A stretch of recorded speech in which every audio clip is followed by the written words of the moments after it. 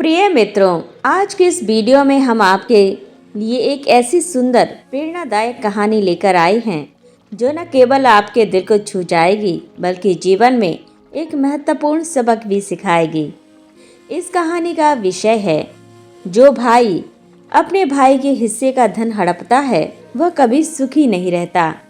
ऐसा व्यक्ति अपने बुरे कर्मों का फल भोगता ही है और ईश्वर के न्याय से बच नहीं पाता। यही ईश्वर का न्याय है और यही विधि का विधान भी। मित्रों, इस कहानी में भी कुछ ऐसा ही हुआ है। एक भाई ने अपने सगे भाई का हिस्सा चुराया, लेकिन उसका परिणाम उसे जीवन भर भुगतना पड़ा। तो चलिए हम इस कहानी की ओर बढ़ते हैं और जानते हैं दोनों भाइयों की पूरी कहानी। आपसे निवेदन है कि इस कहानी को शुरू से अंत तक ध्यान से सुनें। तो बिना किसी देरी के आइए शुरू करते हैं इस कहानी को। एक समय की बात है, एक गांव में दो भाई रहते थे। बड़े भाई का नाम देवदत्त था और छोटे भाई का नाम मयंक था। दोनों का विवाह हो चुका था और उनके पास अपनी अपनी पत्नियां थीं। मयंक एक बहुत धार्मिक और नेक व्यक्ति था, जो वह भगवान में गहरी आस्था रखता था और सच्चाई के रास्ते पर चलता था। वह हमेशा ईमानदारी से काम करता और दिन भर अपने खेतों में मेहनत करता था।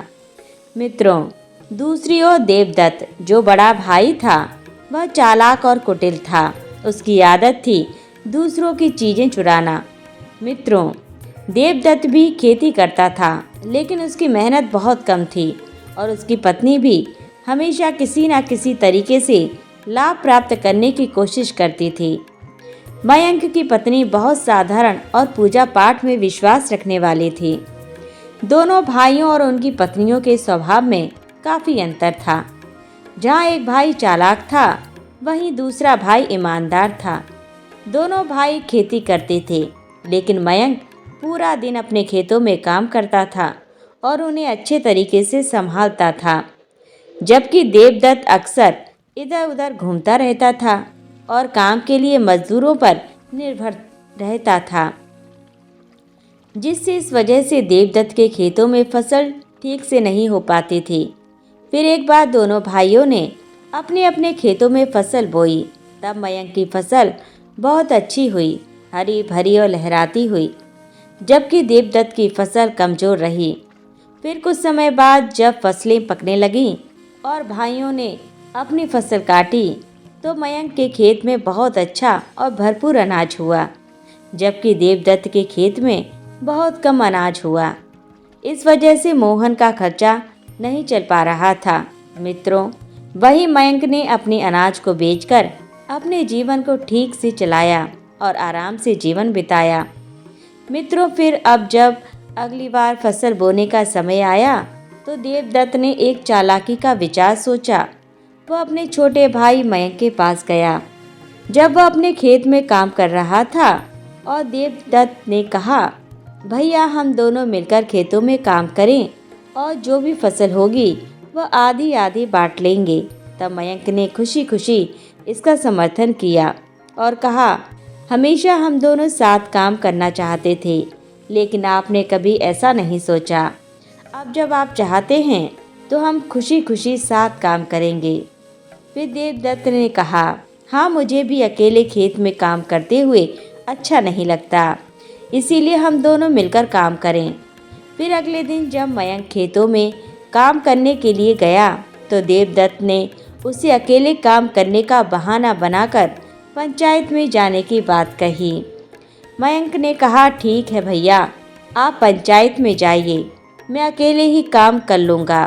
फिर देवदत्त ने फिर अगले दिन भी बहाना बनाया कि उसे किसी गांव जाना है और मयंक से कहा, तुम ही बीज बो दो, मैं फिर से आगे से काम करूंगा।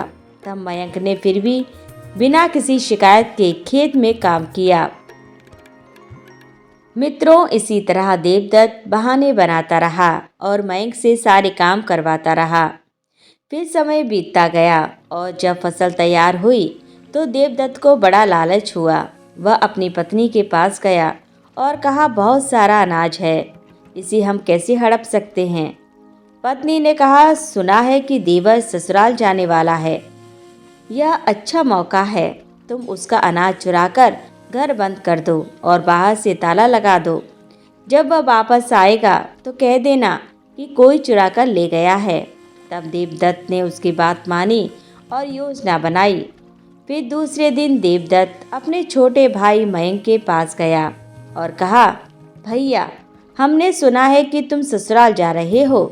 तब छोटे भाई ने कहा, जी भैया, मुझे कुछ काम है ससुराल में, लेकिन इस अनाज का क्या करें? यह बंटवारा होना चाहिए और घर में रखना चाहिए। तब देवदत्त ने कहा, क्या तुम्हें मुझ पर विश्वास नहीं है? तुम ससुराल चले जाओ और मैं आधा आधा अनाज तुम्हारे घर में और मेरे घर में भेज दूंगा। मित्रों, फिर छोटा भाई कहने लगा, ठीक है भैया, जैसी आपकी इच्छा हो। आप अनाज को बांटकर मेरे घर रखवा देना। फिर देवदत्त ने छोटे भाई को ससुराल भेज दिया और खुद अपने साले के पास गया, जो एक कामचोर और नशेड़ी था। देवदत्त ने उससे कहा, यह सारा अनाज तुम्हारे कमरे में रखना है, क्योंकि हमारा भाई कल लौटेगा और उसे पता नहीं चलेगा। तब साला तैयार हो गया और देवदत्त ने अनाज को उसके कमरे में बंद करवा दिया और बाहर से ताला लगवा दिया। मित्रों, अगले दिन जब मयंक वापस आया तो उसने अपनी पत्नी से पूछा, क्या अनाज घर आ गया? पत्नी ने कहा, नहीं, अभी तक अनाज नहीं आया है। क्या आपने बड़े भाई से नहीं कहा था? फिर मयंक ने कहा, मैं तो बड़े भैया से कहकर गया था। उन्होंने कहा था कि तुम ससुराल चले जाओ, मैं अनाज आधा आधा बांटकर तुम्हारे घर भेज दूंगा। मित्रों, उधर देवदत्त को यह पता चला कि मयंक वापस आ गया है, तो उसने बनावटी आंसू बहाने का नाटक किया और छोटे भाई के खेत में पहुंचकर वहां रोने लगा। जब छोटा भाई वहां आया तो उसने देखा कि अनाज का एक भी दाना नहीं है। फिर उसने बड़े भाई को रोते हुए देखा, जिससे वह उनके पास गया और पूछा, भैया क्यों रो रहे हो? अनाज कहाँ गया? फिर देवदत्त ने आंसुओं के साथ गालों पर लकीरें बनाते हुए कहा, मेरे छोटे भाई, बहुत बुरा हुआ। रात को घर आया और पता नहीं कैसे सारा अनाज किसी ने चुरा लिया। अब सोचिए, हम पूरे साल कैसे गुजारा करेंगे? हमारी गृहस्थी कैसे चलेगी? मित्रों, यह सुनकर छोटा भाई भी रोने लगा और सोचने लगा कि बड़ी मेहनत से उसने यह फसल उगाई थी, लेकिन अब यह सब चला गया। उसने भगवान से प्रार्थना की, हे प्रभु, यह क्या हो गया? हमारे साथ ऐसा क्यों हुआ? फिर उसने सोचा, चोर हमारे अनाज को चुरा ले गया। अब हम अपने बच्चों का पेट कैसे पालेंगे? हमारी गृहस्थी कैसे चलेगी? तब बड़े भाई ने उसे समझाया, अब रोने से कोई फायदा नहीं है, जो होगा सो देखा जाएगा। जैसा होगा भगवान वही करेगा। चलो घर चलते हैं। फिर छोटा भाई रोते हुए घर लौट आया और बड़े भाई देवदत्त ने जैसे ही छोटा भाई से अलग हुआ, वह हंसते हुए अपने घर लौट आया। फिर मयंक की पत्नी ने देखा कि वह रो रहे थे, तो उसने पूछा, क्या हुआ? तब मयंक ने कहा, अनाज चोरी हो गया है, अब हम कैसे गुजारा करेंगे?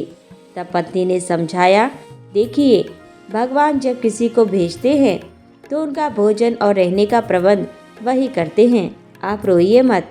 हमारे पास छोटा सा बंजर खेत है, उसमें खाद डालकर आलू उगाइए, जिससे रबी की फसल से भी हमें मदद मिलेगी। धान तो चुरा लिया गया, लेकिन हम फिर भी खुश रह सकते हैं। मित्रों, अगले दिन मयंक ने अपनी पत्नी की बात मानी और बंजर खेत में खुदाई करने गया, जहाँ कुछ समय बाद उसकी कुदाल एक पत्थर से टकराई। उसने वह पत्थर हटाया और गड्ढे में एक मटकी पाई, जिसमें सोने के सिक्के थे। मयंक बहुत खुश हुआ और हंसते हुए अपनी पत्नी के पास गया और कहा, देखो, भगवान ने हमारी प्रार्थना सुन ली, हमें सोने के सिक्कों से भरी मटकी मिल गई है। फिर मयंक की पत्नी भी खुश हो गई और बोली, मैंने कहा था ना कि भगवान कभी किसी को भूखा नहीं भेजते। अब इन सिक्कों को बेचकर अनाज और जरूरी सामान खरीद लाओ। फिर मयंक खुशी खुशी सिक्के लेकर बाजार गया और अनाज तथा अन्य सामान खरीदा। जिससे अब वे दोनों खुशहाल जीवन जीने लगे। मित्रों, उधर देवदत्त ने अपने साले के कमरे में सारी चुराई हुई धान की फसल रखी थी। उसकी पत्नी ने कहा, अब यह फसल निकाल कर बेच दो, पैसों की ज़रूरत है। तब देवदत्त ने कहा, कुछ दिन और रुक जाओ, फिर बेचेंगे। मित्रों, काफ़ी समय बीत जाने के बाद उसकी पत्नी ने फिर कहा, अब देर क्यों कर रहे हो, धान तो महंगा हो गया है, इसे बेच दो। तब देवदत्त ने कहा, ठीक है, अब हम कल फसल बेचने जाएंगे। मित्रों, अगले दिन देवदत्त अपने साले के पास गया और कहा, कमरा खोलो और फसल निकालो, हमें बेचनी है। साला बहुत देर तक चाबी ढूंढता रहा। तब देवदत्त ने कहा, इतनी देर से चाबी ढूंढ रहे हो, इसका मतलब तुम बेईमानी तो नहीं कर रहे हो। फिर साला बोला, चाबी उसी दिन खो गई थी, मैं ढूंढ रहा हूँ। तब देवदत्त ने कहा, ठीक है, ताला तोड़ दो। तब उन्होंने ताला तोड़वाया और जब दरवाज़ा खोला तो देखा कि चूहों ने सारी फसल को खा लिया था, केवल चावल की भूसी बची हुई थी। मित्रों, यह देखकर देवदत्त के पैरों तले जमीन खिसक गई। उसे समझ में आ गया कि उसने छोटे भाई के साथ जो बेईमानी की थी वही उसका परिणाम था। मित्रों, अब ना तो उनका अनाज बचा और ना ही छोटे भाई का साथ। मित्रों, यह देखकर देवदत्त रोते हुए अपने घर अपनी पत्नी के पास आया और सारी बात उसे बताई। तब पत्नी ने कहा, हे स्वामी, यह हमारी बेईमानी का परिणाम है। कहते हैं जो भाई अपने भाई का हिस्सा खाता है उसे ऐसे ही भरना पड़ता है।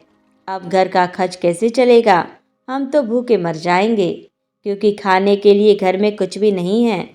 तब देवदत्त का दिल बहुत दुखी हो गया। मित्रों, उधर छोटा भाई आनंद से जीवन जी रहा था, क्योंकि उसे सोने के सिक्के मिल गए थे। वह प्रेम से आनंदित था। दूसरी ओर बड़ा भाई देवदत्त दुखी हो गया, एक एक पैसे और दाने के लिए मोहताज हो गया। जब वह किसी तरह से भी अपनी रोजी रोटी का इंतजाम नहीं कर सका तो एक दिन उसकी पत्नी ने कहा, अपने छोटे भाई के पास जाओ और उससे क्षमा मांगो। हम अपनी देवरानी के पास जाएंगे और उनके पैरों में गिरकर क्षमा मांगेंगे, तभी कुछ हो सकता है, नहीं तो भूखे मर जाओ, तुम्हारी औलाद भी भूखी मर जाएगी। तब देवदत्त ने कहा, तुम सही कह रही हो, मैंने बहुत गलत किया है, मैंने अपने भाई का हिस्सा चुराया है, मुझे जल्द ही वहाँ जाना चाहिए, कहीं देर ना हो जाए और हम भूखे ना मर जाएं। इससे अच्छा है कि मैं उनके चरणों में जाकर क्षमा मांग लूं। मित्रों, फिर क्या था, देवदत्त अपनी पत्नी के साथ छोटे भाई मयंक के घर गया और देवदत्त ने छोटे भाई के चरणों में सिर झुका दिया। यह देखकर मयंक ने उसे उठाया और कहा, भैया, ये क्या कर रहे हो, आपके पैर हमें छूने चाहिए, आप तो बड़े हैं, लेकिन आप उल्टे हमारे पैरों में सिर झुका रहे हो। तब देवदत्त की पत्नी भी अपनी देवरानी के चरणों में झुकी और बोली, हे बहन, आप तो हमसे बड़ी हैं, यह पाप हमसे क्यों करवा रही हो। वे दोनों बहुत दुखी दिखाई दे रहे थे। फिर मयंक ने पूछा, क्या बात है, आप लोग इतने दुखी क्यों हो, आप दोनों रो रहे हैं, क्या हुआ। तब देवदत्त ने अपने छोटे भाई से हाथ जोड़कर क्षमा मांगी और कहा, हे मेरे भाई, मैंने तुम्हारे साथ बहुत गलत किया है, मैंने तुम्हारा हिस्सा चुराया है। वह जो अनाज चोरी हुआ था वह मैंने ही लिया था, मुझ में लालच आ गया और मैंने वह अनाज ले लिया। इसका परिणाम ये हुआ कि वह अनाज जो मैंने रखा था चूहे खा गए। अब हम एक एक पैसे और दाने के लिए मर रहे हैं। 3 दिन से हमारे पास भरपेट भोजन नहीं है, केवल तुम हमें क्षमा कर दो, हम तुम्हारे पास क्षमा मांगने के लिए आए हैं। तब मयंक ने अपने बड़े भाई को गले लगाया और कहा, भैया, चिंता मत करो, हमारे पास सब कुछ है, तुम क्यों परेशान हो। फिर मयंक ने अपनी जेब से सोने के 2 सिक्के निकाले और बड़े भाई को देते हुए कहा, ये लो, इन सिक्कों से अनाज और खाने पीने की चीज़ें खरीद लो और आराम से रहो। मित्रों, तब देवदत्त ने खुशी खुशी सिक्के लिए और बाजार जाकर अनाज और अन्य जरूरी चीज़ें खरीद लीं। इसके बाद उसने अपनी गलती के लिए बार बार प्रायश्चित किया और उसे कुछ शांति मिली। मित्रों, यह कहानी दो भाइयों की है जो हमें सिखाती है कि जो भाई अपने भाई का हिस्सा चुराता है वह कभी सुखी नहीं रह सकता। जैसा कि देवदत्त ने अपने छोटे भाई मयंक का हिस्सा चुराया और उसका परिणाम यह हुआ कि उसे एक एक पैसे के लिए तरसना पड़ा। बाद में उसने अपनी गलती स्वीकार की और मयंक से माफ़ी मांगी। तब जाकर उसे शांति मिली। मित्रों, इस कहानी से हमें यह शिक्षा मिलती है कि भाई की संपत्ति या उसका हिस्सा चुराना कभी सही नहीं होता। अगर ऐसा किया जाए तो जीवन में कभी सुख नहीं मिलता। इसीलिए हमें हमेशा ईमानदारी और सच्चाई के साथ जीवन जीना चाहिए। एक समय की बात है, एक विद्वान को राजा ने एक गंभीर अपराध का दोषी ठहराया और उसे फांसी की सजा सुनाई गई। चूंकि वह व्यक्ति बहुत विद्वान था, इसीलिए राजा ने उसकी विद्वता का सम्मान करते हुए कहा कि अगर तुम मेरे एक सवाल का सही उत्तर दे दोगे तो मैं तुम्हें माफ़ कर दूंगा। विद्वान ने सिर झुकाकर पूछा, क्या प्रश्न है महाराज? राजा ने कहा, सवाल सरल है लेकिन उत्तर खोजना मुश्किल है। इस पर विद्वान ने कहा कि महाराज, आप सवाल बताओ, मैं उत्तर खोजने का प्रयास करूंगा। इस पर राजा ने पूछा कि बताओ, स्त्री वास्तव में चाहती क्या है, यानी हर स्त्री की चाहत क्या होती है? विद्वान सोच में पड़ गया। उसने बहुत सोच विचार किया लेकिन उचित उत्तर नहीं मिल सका। तब उसने कहा कि महाराज, इस प्रश्न का उत्तर खोजने के लिए मुझे कुछ समय प्रदान कीजिए। मैं अवश्य ही उत्तर खोजकर आपको बता दूंगा।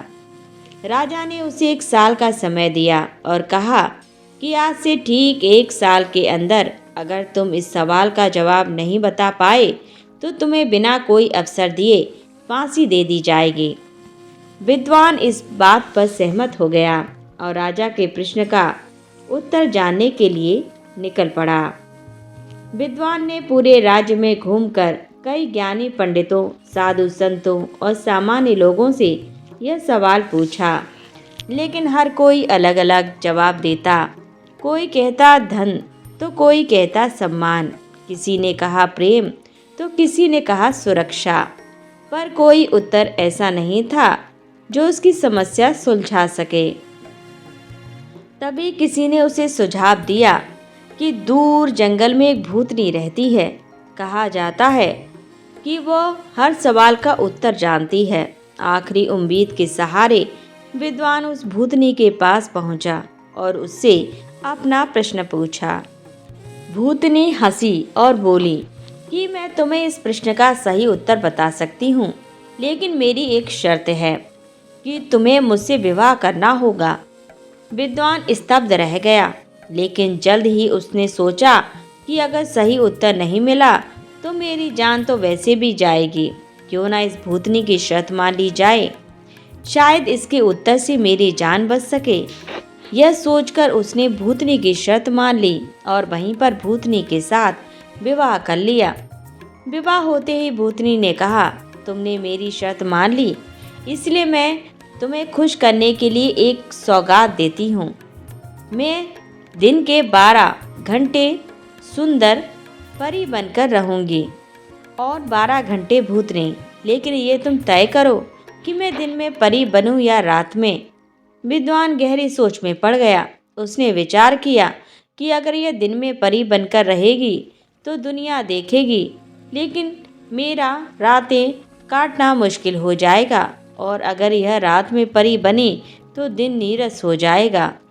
अंत में उसने मुस्कुराते हुए कहा कि प्रिय, तुम्हें जो भी अच्छा लगे तुम वही करो, मेरी खुशी तुम्हारी मर्जी में है। विद्वान की बात सुनकर भूतनी भावुक हो गई। उसने कहा, चूंकि तुमने मुझे अपनी मर्जी का अधिकार दिया है, इसीलिए मैं हमेशा के लिए परी ही बनी रहूंगी।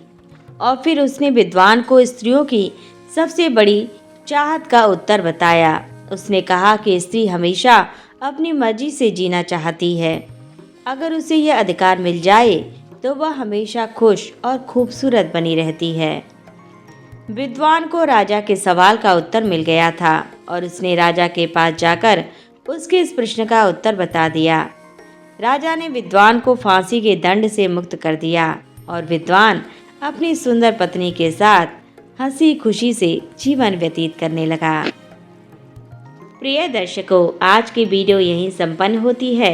आपको हमारे द्वारा सुनाई गई ये कहानियाँ कैसी लगीं? यदि अच्छी लगी हो तो वीडियो को लाइक ज़रूर करें, और यदि आप हमारे चैनल पर नए आए हैं और इसी प्रकार की यदि आप भविष्य में वीडियो देखना चाहते हैं तो हमारे चैनल को सब्सक्राइब करना बिल्कुल भी ना भूलें। पूरा वीडियो वॉच करने के लिए धन्यवाद।